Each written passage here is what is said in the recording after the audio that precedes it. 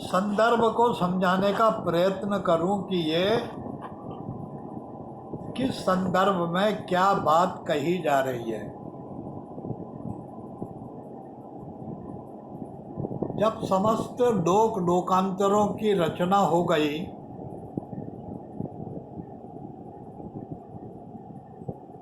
तो अब सबको यथा स्थान देने का काम रह गया था। कौन कहाँ रहेगा? देवताओं को देवलोक मिल गया, पितरों को पितरलोक मिल गया, गंधर्वगण गंधर्वलोक में चले गए, पाताल में नाग चले गए और मनुष्य लोक में मनुष्य आ गए।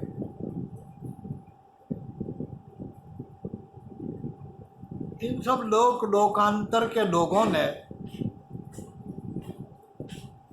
प्रजापति से प्रार्थना करी कि हम अपने अपने लोक में रहेंगे, हमारी सहायता के लिए, हमारी सहजता के लिए, सरलता के लिए कुछ अनुदान भी हमें मिलना चाहिए। हमें कुछ विशेष सुविधाएं प्राप्त होनी चाहिए।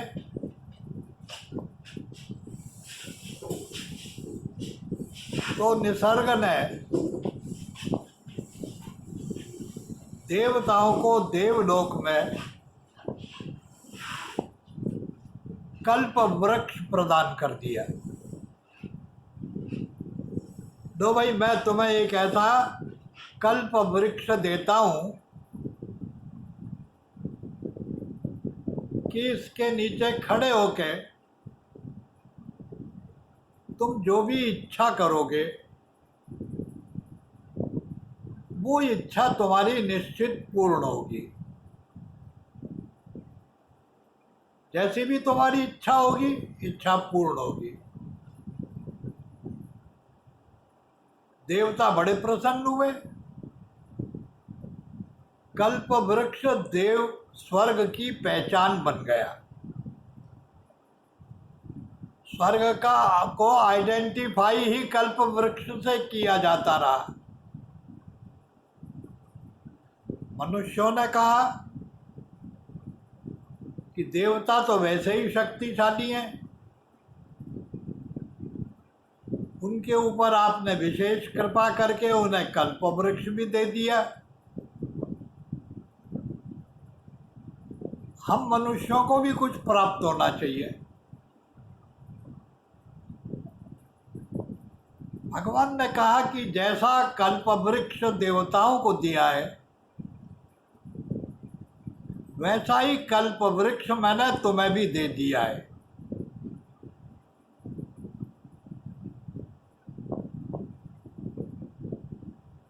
इस वेद मंत्र के संदर्भ में लिखते हुए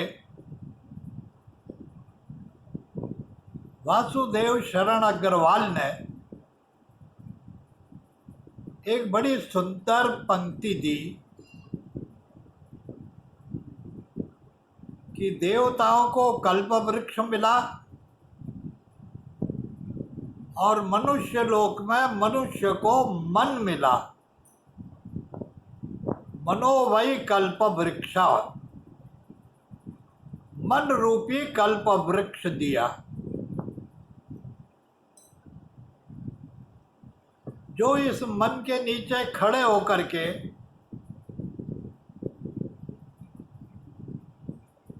यत् चिंतयति, जो सोचता है,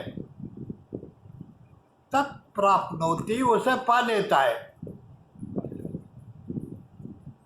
यत् चिंतयति, वो जैसा अपने बारे में चिंतन करता है, तद भवति, वो वैसा ही हो जाता है। मन के नीचे खड़ा होकर सोचता है कि मैं बड़ा हो जाऊं तो बड़ा हो जाता है। मन के नीचे खड़ा होकर जो सोचता है वही प्राप्त होता है।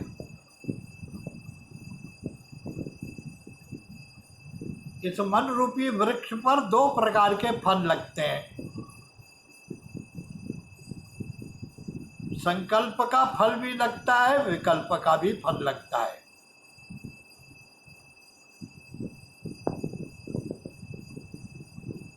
तुम्हें पहचान आनी चाहिए कि हमें कौन सा फल ग्रहणीय है, कौन सा हम ग्रहण करें।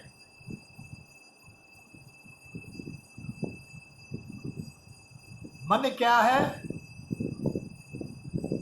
किम मना, मन क्या है?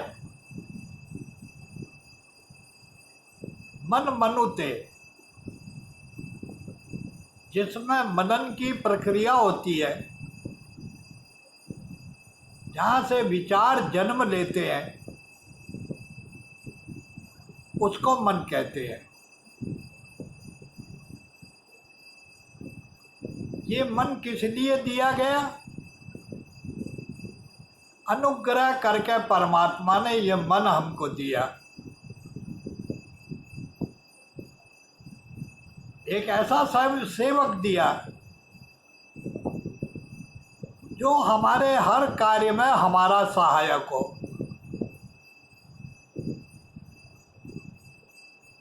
कितनी अदम्य शक्ति मन को प्रदान करी है।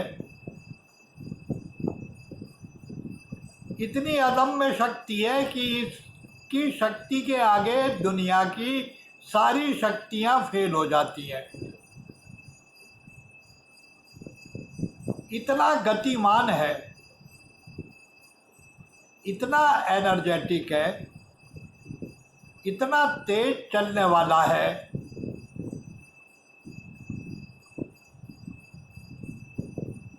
कि इसकी गति के आगे संसार की सारी गति फेल हो जाती है।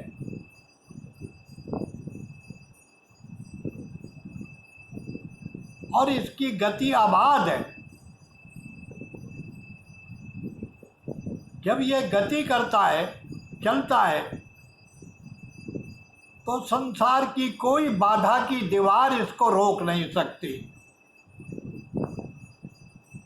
कोई फौलाद की दीवार इसे रोक नहीं सकती। ये हर बाधाओं का भेदन कर देता है, हर एक को तोड़ देता है और बाहर निकल जाता है। इसकी गति का वर्णन करते हुए यजुर्वेद ने मन की महिमा को गाते हुए एक बड़ी सुंदर बात कही। यजाग्रतो दूरमुदैति दैवं तदु सुप्तस्य तथैवैति दूरंगमं ज्योतिषां ज्योतिरेकं तन्मे मनः शिव संकल्पमस्तु। क्या वेद भगवान ने अद्भुत बात कही। परमात्मा में भी इतनी ज्योति नहीं है जितनी मन में है। जब तक ये मन साधक के साथ नहीं जुड़ेगा वो भगवान को भी नहीं देख सकता। सूर्य में इतना प्रकाश नहीं है जितना मन में है। संसार की सारी ज्योतियों में जो सर्वश्रेष्ठ ज्योति है वो मन की ज्योति है। इसलिए वेद भगवान ने मन को ज्योतिषाम ज्योतिरेकम, संसार की समस्त ज्योतियों में सर्वश्रेष्ठ सर्वोत्तम अगर कोई ज्योति है तो वो मन की ज्योति है। ये मन जिनका मित्र होता है उनका बेड़ा पार करा देता है। ये मन जब शत्रु बन जाता है तो बड़े से बड़े सुविधा संपन्न उच्च पद पर आसीन आदमी को ऐसा गिराता है जिसकी कल्पना भी नहीं की जा सकती। यही मन जब मित्र होता है तो छोटे से अकिंचन को, जिसकी कोई गिनती नहीं, जिसका कोई वजूद नहीं, जिसकी कोई हैसियत नहीं, स्थिति नहीं, उसको हिमालय के समान सुदृढ़ खड़ा कर देता है। ऐसा ये मेरा मन, हे प्रभु, ये संकल्प से तो भरा हुआ है। मेरे मन में संकल्पों की कमी नहीं है, विचारों की कमी नहीं है, मेरे मन में ऊर्जा की कमी नहीं है। लेकिन एक कृपा करो, शिव संकल्प वस्तु, आप मेरे मन के अंदर जो संकल्प शक्ति है उसको कल्याणकारी कर दो। देखो, इस वाक्य के दो अर्थ होते हैं। वेद का हर मंत्र विधियात्मक भी है और निषेधात्मक भी है। वो हमें क्या करना चाहिए, व्हाट टू डू, इसका भी निर्देशन करते हैं, and what is to not to be done, क्या नहीं करना चाहिए वो भी बताते हैं। तो यह वेद कहता है कि तुम्हारे मन में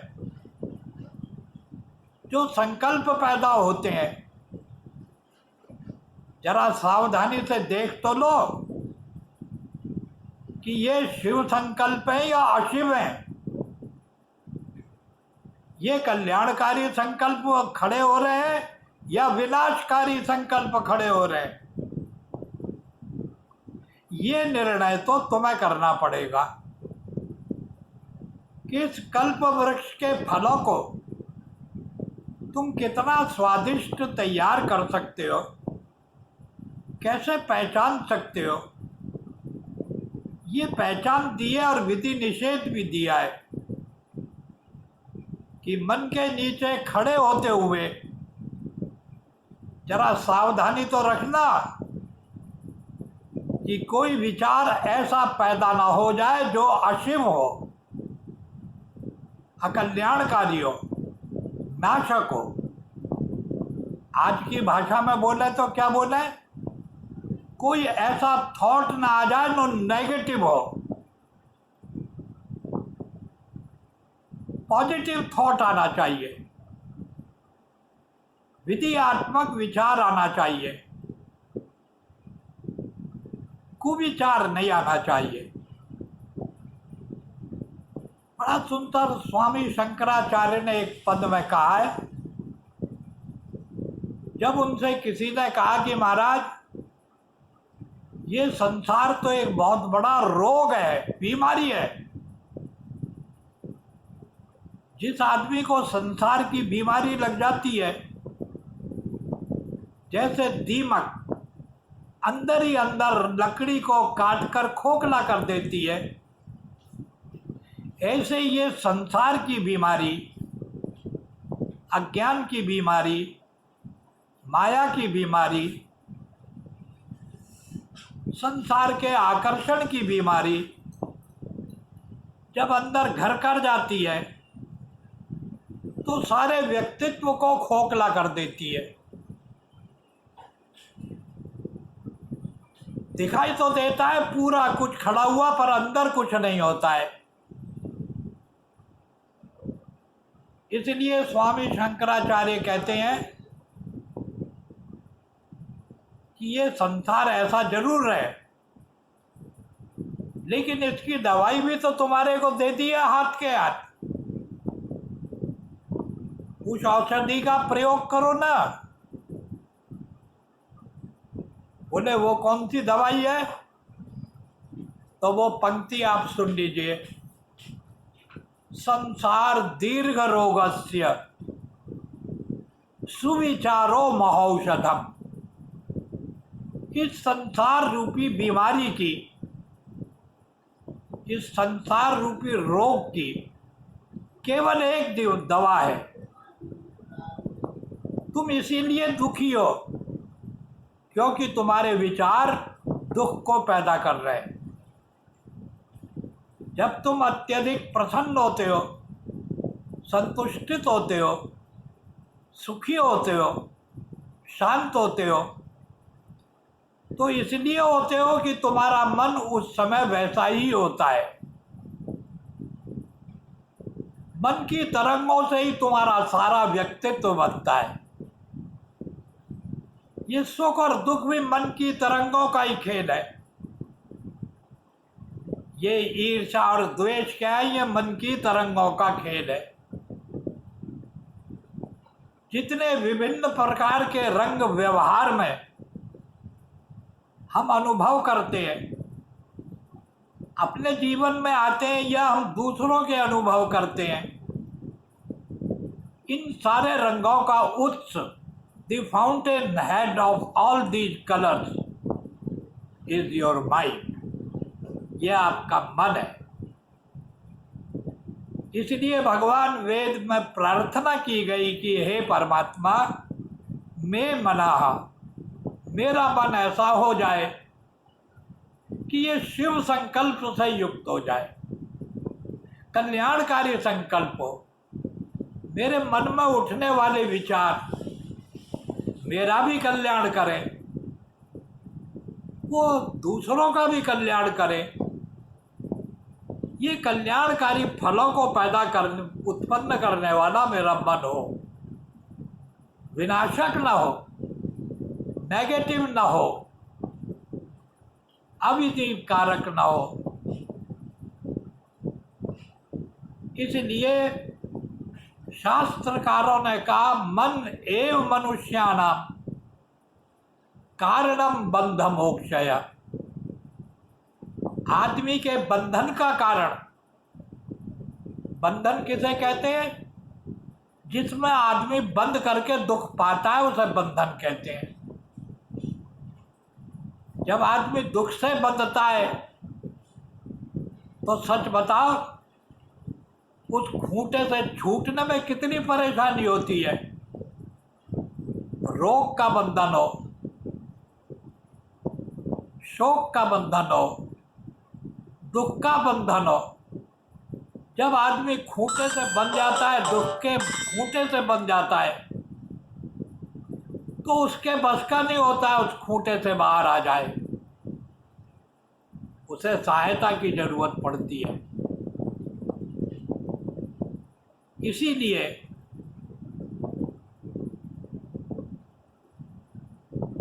हर साधु पुरुष को, हर सज्जन पुरुष को, हर धार्मिक पुरुष को यह आदेश दिया गया है कि अगर तुमको धन मिला है तो दान के लिए मिला है। अगर तुम्हें बल मिला है, न तो परम परेशानाय, अरे दूसरों को दुख से दूर करने के लिए तुमको बल की प्राप्ति हुई है। तुम अपने दुखों को भी दूर करो और दूसरे के दुखों को भी दूर करने का प्रयत्न करो। तो मैं निवेदन कर रहा था, हमारे सुख और दुख का कारण, हमारे बंधन और मोक्ष का कारण, हमारे जन्म और मरण का कारण परमात्मा नहीं है, यह हमारा मन है। इसीलिए मन के हारे हार है और मन के जीते जीत। जब मन हार जाता है तो उस गिरे हुए आदमी को कोई खड़ा नहीं कर सकता, और जब मनुष्य का मन खड़ा हो जाता है तो उसको संसार में कोई गिरा नहीं सकता। मनुष्य का उत्थान और पतन उसके मन की यात्रा की कहानी है। आप अपने जीवन में जितने सफल हुए हैं, उसका बहुत बड़ा कारण आपका मन रहा है। आपके मन ने आपके जीवन के लक्ष्य को ईमानदारी से पहचाना और उस मार्ग पर चलते हुए आपने अपने मन को नियंत्रण में रख करके, कंट्रोल में रख करके तप किया, परिश्रम किया, उसका परिणाम निकला कि आप आज इस स्थिति के अंदर बैठे हैं जो आपको प्राप्त है। आपके हर सुख और ऐश्वर्य के मूल में आपके मन का ही योगदान है। इसी प्रकार से जो लोग दुखी हैं और उत्थान की जगह पतन के गड्ढे में आ गए, उनसे ईमानदारी से पूछ लो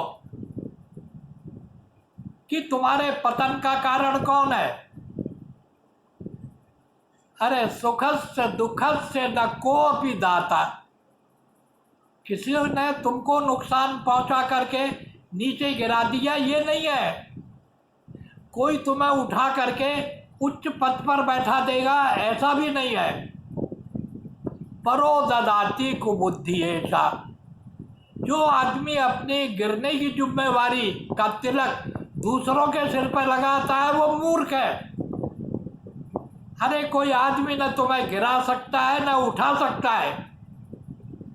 ये तुम्हारे अपने ही स्वकर्म ग्रथितो ही लोका, ये तुम्हारे अपने कर्मों का ही ग्रंथन है, प्रभाव है।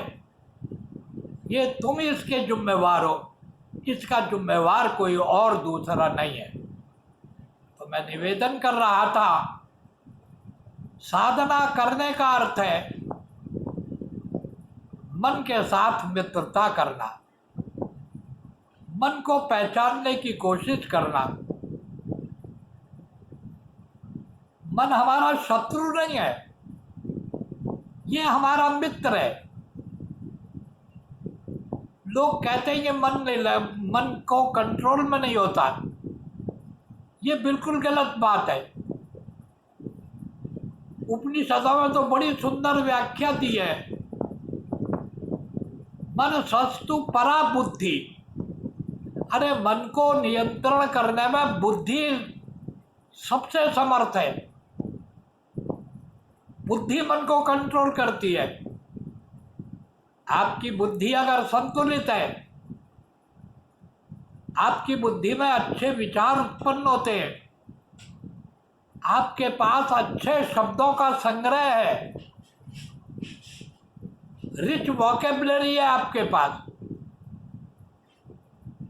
ऐसे शब्द जो सार्थक हों, कल्याणकारी हों, अच्छे भावों को पैदा करते हों, जिसकी बुद्धि में, स्मृति में जितने सुंदर शब्द होते हैं, जितने सुंदर वाक्य होते हैं, जितने सुंदर विचार होते हैं, मन उतना ही नियंत्रित होता है, मन उतना ही कंट्रोल होता है।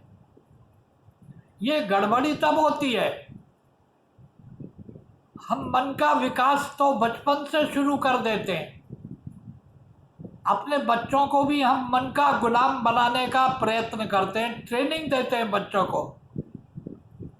एक छोटे से बच्चे से उसका बाप पूछ रहा है, बेटा तू क्या खाएगा, तेरे को क्या पसंद है?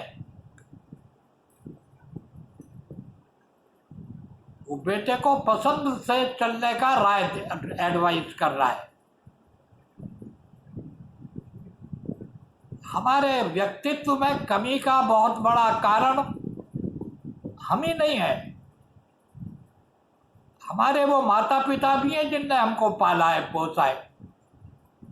उन्होंने अपने प्यार के अतिरेक में, अपने लाड़ के अतिरेक में हमेशा ये समझा कि बच्चों को अधिक से अधिक आराम दो, बढ़िया से बढ़िया खिलाओ, बढ़िया से बढ़िया पहनाओ, बढ़िया से बढ़िया सुरक्षा दो। ओवर प्रोटेक्शन में ला ला कर बच्चों के अंदर का मनोबल को, संयम की ताकत को, अंदर के तप के बल को तोड़ देते हैं। और ऐसा एक भग्न टूटा हुआ व्यक्तित्व जब संसार में खड़ा होता है तो वो संसार के संघर्ष के साथ खड़ा नहीं हो सकता। वो तो कैलिपर लेकर चल सकता है, बैसाखी लेकर चल सकता है। माता पिता बैसाखी देने में शान समझते हैं,